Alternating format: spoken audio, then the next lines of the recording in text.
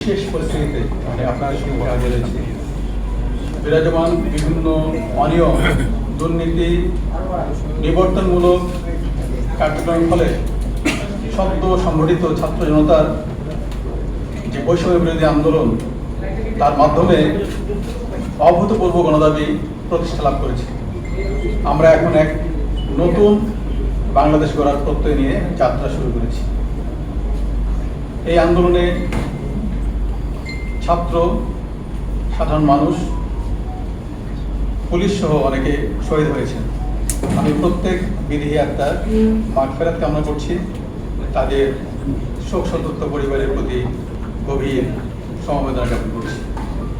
বর্তমান বৈষম্য বিরোধী যৌক্তিক যে আন্দোলন, সেই আন্দোলন আমাদের বিভিন্ন অপারেশনাল ইউনিটে দায়িত্বপ্রাপ্ত কর্মকর্তাগণ দেশবাসীর প্রত্যাশা অনুযায়ী দায়িত্ব পালন করতে পারেননি, যা আমরা স্বীকার করছি। এই জন্য বাংলাদেশ পুলিশের পক্ষ থেকে আমি পুলিশ প্রধান হিসেবে আন্তরিকভাবে দুঃখ প্রকাশ করছি। আমরা এখন থেকে আমি নিশ্চিত করতে পারি, নিশ্চিত করে আপনাদের বলতে চাই, আপনাদের মাধ্যমে দেশবাসীকে বলতে চাই, আমাদের উপর অর্পিত আইনি সকল দায়িত্ব পালনে আমরা দৃঢ়ভাবে অঙ্গীকারবদ্ধ থাকব।